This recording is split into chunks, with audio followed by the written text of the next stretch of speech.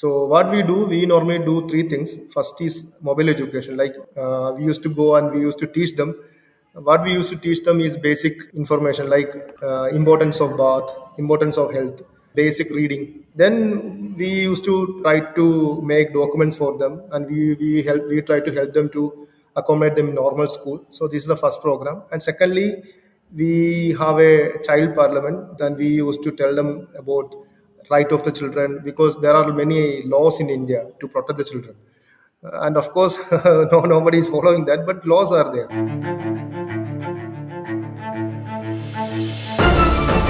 Stick Your Neck Out, the weekly podcast of the Giraffe Heroes Foundation. Running away from abuse, violence and poverty, or simply being left behind, lots of children use India's extensive railway network to get to the cities where they hope to find a better life. The stations are perfect for predators. With over 11 million children living on the streets in India, there is a lot at stake. This is another episode of the podcast to restore your faith in humanity. Welcome to Stick Your Neck Out. I am your host, Gianpiero Aguiar Duragnona, and today I'm talking with Sanosh NT from India. Sanosh participated in the 2014 Kantari Leadership Training course. With his project Child in Rail, he wants to see a child-friendly atmosphere at Indian railway stations. Sanosh, welcome to our podcast. Hello. Sanosh, in 2015 you spent 9 months adapting the lifestyle of these railway children, living the way they did, eating the food they did, sleeping wherever they did. How was that?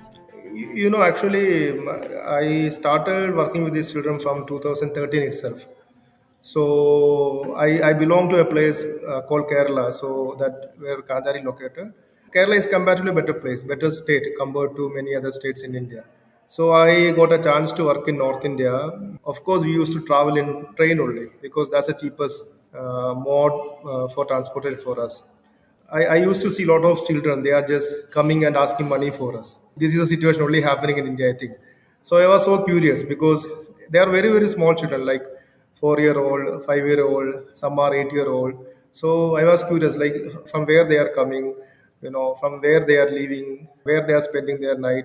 So I was curious, and I used to follow them. I used to give some food to them. We used to give some close to them. So this is the beginning. So actually, I want to know them, how they are surviving, how they are doing their life. To know about this, I spend around 6 to 9 months with them. What I did, I stay nearby the railway station. I eat and drink along with them to understand their life and understand their survival pattern. So, but interestingly, they survived very much. But after 6 or 7 months, I got sick and I got a lot of issues because when I started to live with them, for them it's easy. For me, it's not easy because drinking dirty water, drinking dirty food is not a apt thing for me. So I got sick and I have some serious health issues, but for them they survived. So that's the interesting thing. So anyway, from that time it helped me to design a program for them. So I documented everything for them. So I prepared cases for them because the main issue, if you are approached to any people, any authority, they are never ready to agree these children are exist or not. So they say, no, this is nothing happening. They are just running away from home. We'll find them and we'll send it back. So this is the answer for them. So there are no document for them. So what I did, first thing I need to document, because at least I need to show people now they are resisting or not. So that's the first step I did. So I spent with them. I stayed with them. I documented the children. So I took photograph. I documented their case stories, like case studies. So I identified them. So this is the first thing I did, and of course I designed a program for them. So that's why my experience with them actually. I'm guessing you've learned a lot of these children during your time there. What are the biggest thing you've learned during this time with these kids? See, they first of all they are children only. Even the parents are children only. Like maybe 13 or 14 years, a child getting abused and they are getting a baby. So according to me, they both are children only. Even the parents are children only. So nobody is there to take care of them. So nobody is there to protect them. Of course, some structured team are there. They are using these children. So to force them to beg, because maybe they are coming to me, so they are asking money to me. Giving a 1 rupee is not a big thing for me. So people will do that because people don't want to getting into trouble. So if some children came and they ask money, they simply give money to them. So, but behind that children, there is a structured team will be there. So they are like in a team, so it's not easy to escape them. So what I did, I actually want to know about them, how they are surviving, and how they are spending their life. So in the 9 months I understood that there are a big number of children staying in this railway station, and secondly there are a structured team behind them to controlling them. Even the children want to escape from this situation, but they can't do that. So this is the situation, we understood that, and there is a strong mafia behind them. So this is the first level of understanding in the beginning. So let me start with a just case explanation, because I think most of the people listening me maybe don't understanding the situation. Okay, because in India, railway station, okay, trains are one of the main mode of traveling, and we have different types of train. Like we have passenger trainers are there, we have long distance trains are there, and we have classes there: sleeper class, general compartment, and AC compartment. So in this general compartment, anybody can come, anybody can go. So that's the situation. Even sleeper compartments also is not that much secure. Like you can come and you can ask money. So why these children are coming to railway station is very simple, because train, you are meeting with new people. So you can come easily and you can ask money for them. So they simply give 1 rupee, 2 rupee. And secondly, platforms are there, railway platforms are there. So you can easily sleep there. So why they are coming to station? Because they will get food from there, they will get accommodation from there, they will get money from there, and of course nobody will not harm there, because there are not regular places, because some railway police are there, but of course they will come and they will also ask you some bribe and they will go. So this is the situation happening. They are completely depending on railway stations, and no programs actually running for them. So they are a big number, visible number, but unfortunately nobody is there to take care. So this is the situation. So what we are trying to do, we are trying to help the children through education, we are trying to help them through protection, we are trying to help them through legal awareness, that type of thing. So this is the beginning, and of course we are very small in number, so we'll trying is our beginning only. Even it's like a 5 or 6 years now, but still we are not able to achieve that much. It's still a small project, but I think it's really important what you are doing. That's why I invited you, and that's why we are here discussing this topic. Before we keep going talking about Child on Rail, I would like to point something out. According to statistics provided by the Indian government, every 5 minutes, one child comes to a station. It means 12 children in an hour and around 282 children in one single day, which is indeed a huge number. What are these children running away from? And most importantly, what are their hopes? Okay. See, there are two type of children. Okay, in the railway station. First, the children running away from home. That's the first category. And second category, there are children born and brought up in the railway station itself. There are two categories. So, and the second category is more in number. The children, those who are born and brought up in the station. The runaway children actually, that is actually we can't say is completely railway children, because see, for example, I have an issue in my home, and they start to they have some issue in the home. So what they do, they just pick the next train and they will run away. So for that children, we have a lot of option, because even we will find it, the parents are ready to bring them back. Understood, na? So for example, like four children are coming to the station, mostly we will find three children in the railway station itself. In that case, very few children only coming to the railway station, but there are a big number in other category, that is they are born and brought up in railway station only. So their home is railway station only, they need to go back to it. Even I find that children, I cannot send them anywhere, because first of all they are not ready to go to any homes or child home. Of course child homes are very less in India, child care homes are very less in India, and we don't have any space to send them. Another issue, and of course their number is big. So for these children, we don't have any option. The runaway children is there due to family issues, due to other physical abuse, maybe a lot of issues will be there. Now, the family. So that type of children we can find them and we can send them back. Our big concern is about the children. Those are born and brought up in railway station only. For them, they don't have any ID card. They don't have any identification number. So nothing is there for them. So we can't do anything with them. So this is the issue.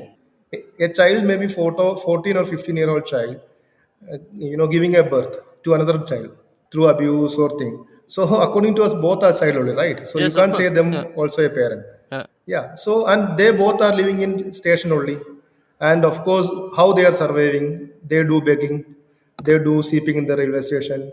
They sell some pants. Of course, they are getting small money. So policemen will come and abuse them or hurt them. Okay, other people will come and hurt them. So they will in pain only. So what their solution for the pain? They will drug addicted. So they will use drug to forget the pain. They will use some glue. They will use some. They will snip some old cloth. So or they will drink some tablets or cup syrup. So to forget their pain. So this is thing happening, and no one is ready to talk for them, because other people never mind them. So yeah, that's the two category actually. Yeah, it's important that you mentioned the problematic with the undocumented kids, because I think these are the ones who needs more help, who needs more guidance all the time. Before that, you also mentioned something about the mafia. Yeah. Can we go a little bit deeper on it? Are we talking about grown-ups? Like, No, yeah, like grown up people only, controlling it. Actually, see, if I am a 7-year-old, okay, and I can earn like 1,000 to 1,500 rupees in a day, because they are meeting like 2,000 3,000 passengers in a day. Mostly people will give you 1 or 2 rupees. So it's like 1,000 rupees, 1,500 rupees, right? And for food, you will get it from the street only, because they mostly eat throwaway food, and like wastage food, the type of things only these children eating. And water you will get from the railway station only. So they are not spending money actually. So they are getting 1,000 rupees, 1,500 rupees, and they will drink water and food from the station only. So this money is completely a big money for them. So think about, in a station itself 50 children are there. So 50 children into 1,500 is 75,000 in a day, right? yeah, So into 30 days, think about, is more than 20, like 2 million rupees, Indian rupees. So you see, yeah. so it's a single station itself, right?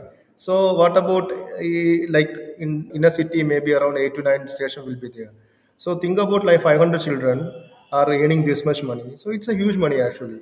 So every 10 children, 15 children, there will be a peer leader, and that peer leader, have a common leader, and they are mostly adults only. They are maybe people, and even we don't know who are actually in the higher position, because they are not visible. So they are invisible only. Definitely they have it. They have a team, and definitely they have a leader there. Under that leader, they have sub groups, and these children are in the grassroots level only. So what they do, they beg or they collect money, and they used to give these people. So this is structure, and of course, administrative. I don't know, because administrative people, of course, they are also getting bribed. Na? So they also don't want to break them. So even we go to the station, they are afraid actually they are losing their money, because even these people and everybody, they are getting huge bribe. So nobody want to stop this. So this is a situation actually happening. So we trying how to break this, but we are very less powerful people. For they are very very powerful people. Even I get attack and lot of things from the station itself in the beginning, because they don't want to lose this money. So they are a very powerful team, and each station they are controlling it actually completely. So it's depend on the station, it's depend on the place. Different people are leading it. Yeah. I see, and I also imagine these children are extremely vulnerable to abuse. I also can imagine they are easily the victims of an unending vicious cycle of exploitation. What are the dangers they find after they have reached the big cities? See, there are accidents are regular. Okay, if you see it too, if you just Google it, you can see hundreds of photos of accidents in the railway station. Some children lost their legs, some children lost their hands. That accident is a very common thing, because how they are jumping into the train and jumping out of the train, right? While because most of the train doesn't have a stop. So what they do, they will jump into the train, and train may be 50 kilometers speed in hour. So you can imagine, right? If I jump into the train, even a small mistake Will be really dangerous. I mean, will cause yeah, something really very bad. dangerous. So they lost sometimes, like, yeah, say they lost leg, they lost hand. Sometimes they died also, like that type of situation also happening. So physical injuries are very common first, and secondly, they most of them are very addicted to drugs. Like, in the first day itself they started to drink drugs, because their parents also giving drugs to these children only. Like, they using this some type of tobacco, like some type of pans, and some type of tablets, alternate drugs only, not regular drugs like other people using. No cigarette, no liquor. Most of them are using alternative drugs. So, and you see, like, in the first month itself they are starting, so their maximum will live up to 26, 27 only. So their life expectancy is that much only. So that's a second issue, like drug health issues during because of drug issues, because they are drug addicted, and they are losing this. That's the second thing. And third thing, they are getting a lot of physical abuse. Physical abuse in the sense, the mafia itself, they will hurt these children. And secondly, the leaders used to hit them. The police people, like station police are there, they used to come and hit them. So physical abuses will be there. Poor. I never see a child without any single injury. Whenever I met a child, I definitely can see a injury in their body. Injury in the sense, not a small injury. Injury will be there, and that injury will be in a very bad shape. Like, smells will be there. That type of injuries will be there. Most of the child have this type of injury. So that's the third thing. And fourth thing, this rape, that type of things happens. Lot of that type of thing, because even they used to stay in a railway station. So that type of abusement are happening. Then, other than that, these children normally very very common in violence. So violence is their very common character. So they also used to fight each other. So these are the main factors I observe from the stations. So, and still this is regularly happening. Of course, we can accommodate with a very minute number, but unfortunately, it's a very big number. In most of the stations, these students are there. So, and this is happening regularly. Yeah, this is the situation actually. It's really sad what you are telling. Zanosh, you are a social change maker trying to transform the lives of those children who took up begging at railway stations. Now, I'd like to talk about Child in Rail. What is it and what's the story behind it? I saw a horrible accident in the railway station. So I saw a child have epilepsy, and he was struggling to, for death. Then, so in that time, I took about seriously about these children. So I thought that, okay, let's do something for them. Then I know about Kandari program, and we spent some months to the Kandari. Then I come back to the station, and we started our project. So this is the beginning of Child in Rail. And what we started with actually food actually. So we used to go and distribute food to them, close to them, because this winter season they used to sleep in this platform only. So they are not sleeping without any clothes. So we used to distribute that kambal, that what is called that wool. Sleeping bag, maybe? Yeah. So sleeping guard food, and we started in that way. But in later, even I understood that this is not a solution for them, because we need a permanent solution for them, because these children are getting a lot of abusement, lot of things. So what we do, we normally do three things. First is mobile education. Like, wherever the children go, we used to follow them. We used to go and we used to teach them. What we used to teach them is basic information, like about hygiene, importance of bath, importance of health. Then we used to teach them basic reading, that type of, because they also need to survive. No? Then we used to try to make documents for them, and we try to help them to accommodate them in normal school. So this is the first program. And secondly, we have a child parliament that normally they come together in a space, and we used to tell them about right of the children, because there are many laws in India to protect the children. And of course, no, nobody is following that, but laws are there. So we used to tell about these laws. We used to, for the girls, we used to tell about this different type of abuse. If somebody come and touch you, what you will do. So that's the thing we do in the second step. And child bank we started actually Child bank is a simple concept. Like we can collect all the money of the children and we can spend somewhere in the bank. Like we can keep that somewhere in the bank, and once they have a need, we can return back. But but there is an issue there also, because even the children, according to our law, we cannot compel the children to the work. So even I am collecting money, I am a culprit because I can't do that. So we are stopping it that in recently, and of course we are adding some more program, because what I'm trying to do now is I am more concentrating on policy documentation, because we are making a policy for them. So we are trying to make a policy for them. We are trying to submit to the agreement, and the government is agree that policy. It is more helpful for all the children in India. So we are trying to make a policy also. So even I am doing research in regarding that also. Yeah, of course, it's not. It's a very small work actually, because compared to the need, it's a very small work, because the need is very big.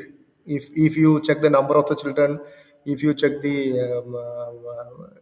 need is a very big. Of course, we can't do everything in a single step. We are starting with a small thing, but we are happy in the beginning, and we hope more people we can reach, and we can associate with more people, and it can be reach almost India. So this is a very small beginning, and still we are trying, and we hope if the policy is agreed by the government, we can reach with more people. Yeah, this is the current status. Of course, it's a small beginning and the need is big, but one can see the light at the end of the tunnel, and you have started, at least in my eyes, a really important movement with your idea of empowering and educating the children at the railway stations. You've talked before about the evening school, the child bank, and the child parliament. Can you go a bit deeper on describing your work? Your dream was to set up mobile learning centers along the rail lines for these children. If they cannot get to school, then school will come to them, you said once. How is it going so far? Last year is not going well, because corona, trains are not running. Okay, we stopped everything. Yeah, so even we have difficulty to reach them now these days. And I plan to go started again this May, but you see again this corona is that the second wave is coming. So even we are in a tough situation. Actually, we are also not easy to reach the children normally, because before it is easy to reach, because they we know that in evening time they used to come in the railways in a specific time, but now very less trains are running, so they are not coming. Actually, the other children also, they are doing some other type of work, so we also need to collect them again, and our dream is trying to do that. When I'm going personally to the railway station from next month itself. So we hopefully we can collect it them again. So this is the current situation now. We started, and of course education is very important, like education, because once you getting education, at least you are getting courage Yes, to of face course. a lot Yeah. of issues. Mm. Yeah, so that's the good thing of education. So what we did, we teach them. I told you, we teach not in a formal way. We teach them health, we teach them hygiene, we teach them about importance of hand washing, importance of bathing, importance of reading. And of course we are able to convert some children in normal schools also in the beginning. So, but that in a very small number only, because there are many issues are there. First issue, they are in a very big number, these children, and secondly, these children are addicted to drug. Okay, so even we try to change them from this drug, but even of course they will back to this other group only. So they again getting the same. They still seeing these children are using drug again. Yeah, yes, So definitely. so you cannot change them completely. So that's the main issue. Otherwise, you need a separate space, you need a separate home, so you can accommodate these children completely in the home, so you can keep them for 6 months, 7 months, then it's fine. Then they will not use drugs again. In my case, we don't have that space. Actually, we are not financially sound to reach that. We are trying to set a place for them, like a care center, something like that, so they can completely stay with us. But of course, that for that we need a lot of money, and we need a lot of things, so we are not able to reach that. But in a certain time, definitely we'll reach that. Yeah. And you are definitely on the right way to reach out your dream. How is the resonance? I imagine for these children it's not easy to trust you or anybody. How do you build trust with them? Actually, we first of all, we never go and we never say anything in the beginning. What we do, we used to go them, we used to play with them. Okay, we used to observe them. But regularly, after a week, 2 week, they are also observing us, and they are also seeing us. So they are also checking us. One boy is coming and checking us all day. So after 7 days, 8 days, they used to talk to us. So this is a method we follow. We never go, we never interrupt them. What we do, we just go and we just observe them, and we just watch their plays. We just watch them. So later, they understood. Okay, somebody is coming all day and somebody is checking us. So they also have curiosity. So they also come, and of course we have a lot of methods. We used to play some songs. We used to play some nice songs, and we can show some origami. We can show some magic. We also have a lot of small tricks. Of course, they are children basically. Even even they are addicted to Yeah, tiny things, yeah, yeah. because child curiosity is always there, right? So they are curious. So of course they will come and they will check us. And of course, making friendship with a child is very easy. Okay, because they are innocent basically. Even they are completely spending their life in the railway station. They are drug addicted. The basic quality is innocence. So that's a child quality. So that skill is always helping us. So they are innocent, and of course they, after the 4 or 5 days, they will come and they will mingle us. And of course we will not directly putting anything to them. We not teaching them actually. We just started with small stories, and we just suggesting things, so they used to trust us. So this is the beginning. And of course we'll identify one or two in the beginning. We know that, okay, this child may be helpful for us. Then through that child we approach more people. So this is the method we follow. Yeah, it is nice you guys bring back the innocence, the childhood back to these children. Have you been able to measure the impact Child in Rail has so far? We actually, not in a regular basis, we didn't measure. I told you in the beginning we started with few program, and we measured, but that quantity was less compared to a big program. Of course, we changed maybe 50 to 60 children in the beginning. So even I'm not happy with that number. So that's why I said, if I want to reach to more people, we need to a concrete change in the policy and lot of things. So that we are concentrating. Of course we are changing few, even a single change is a good according to me. But and even we are changing like 50 to 60 children, but still that's not our reach actually. That's not our that's not we want actually. We need to reach more people. So of course, in a small level impact is there, but that's not in a larger scale. The larger scale, if you need to, see a larger scale change, we need to change in policy documentation. We need to change, because we need to add more people like administrative, government. We need to add other NGOs. Then only you can see a big change. So, you are offering shelter, a place where the street child can survive, be safe. A bed for the night might get the child off the streets, but then what? How do you change children's lives? What we are trying to change is we are trying to give education to them. Of course we are not able to take them from the station to our shelter home, because we don't have any shelter home yet. But what we do, we arrange some place in the railway station itself, so they sleep together. So they are not sleeping single, na? So once they sleep together, and we have some assigned volunteers, and we used to go and check them.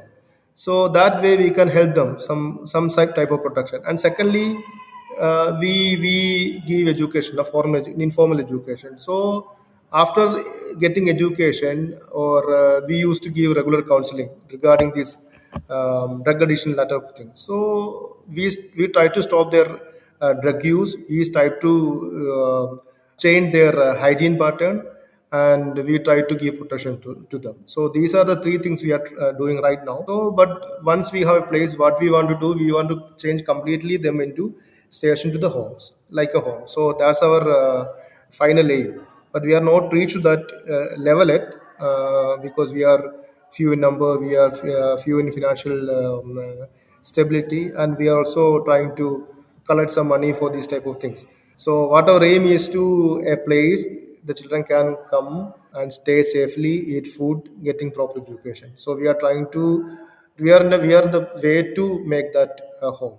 So hopefully very soon we can do that. And I also hope so. So, if I want to contribute, or if there is someone out there who wants to help to contribute, what should we do?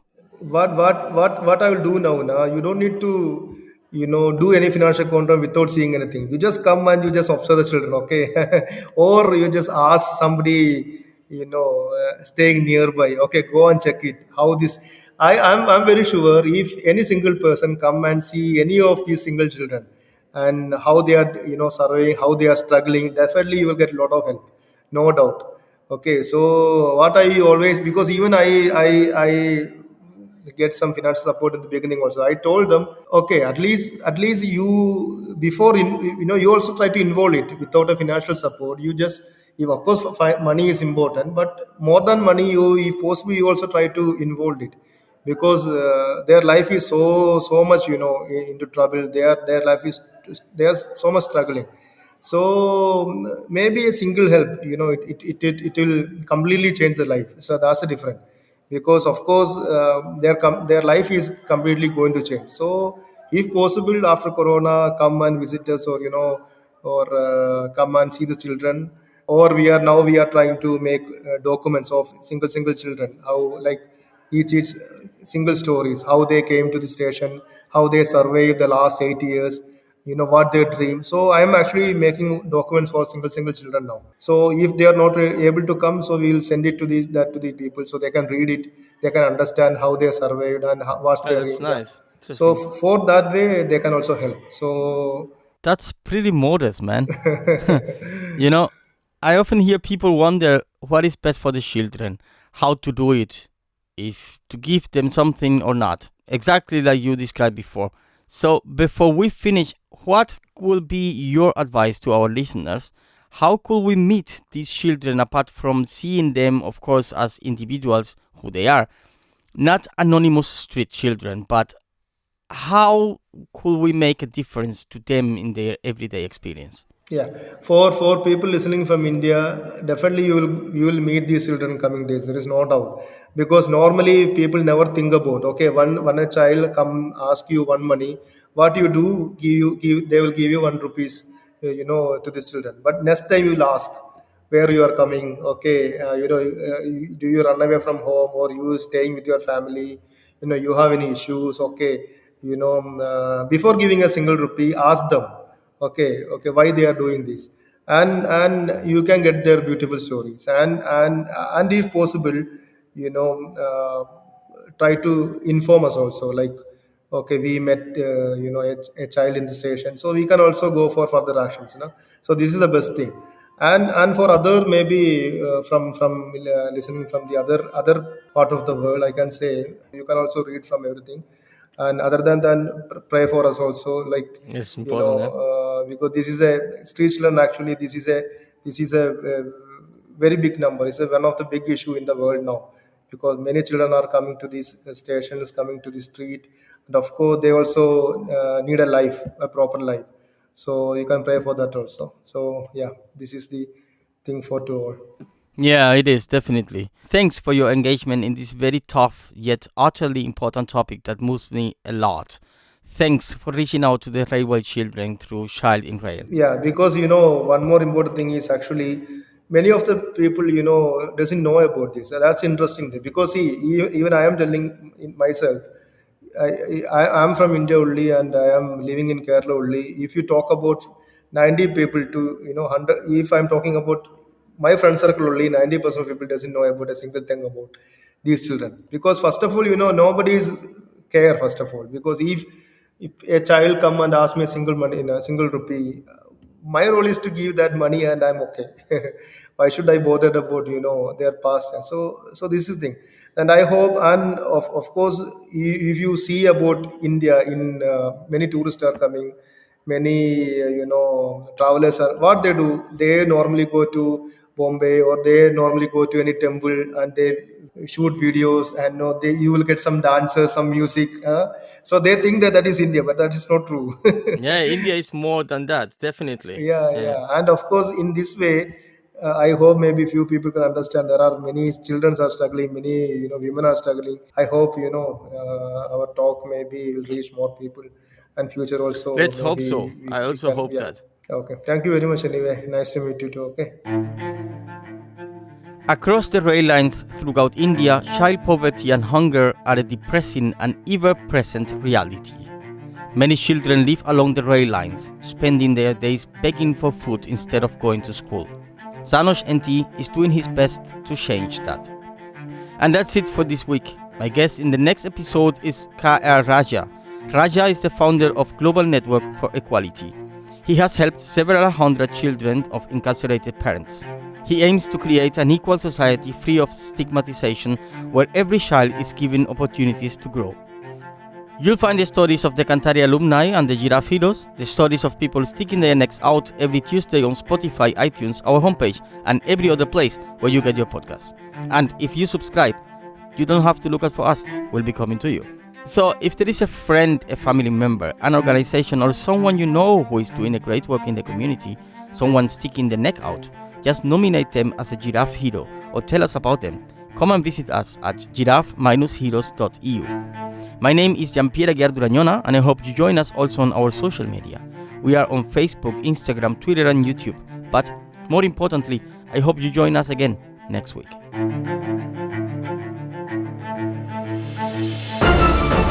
Stick Your Neck Out, the weekly podcast of the Giraffe Heroes Foundation.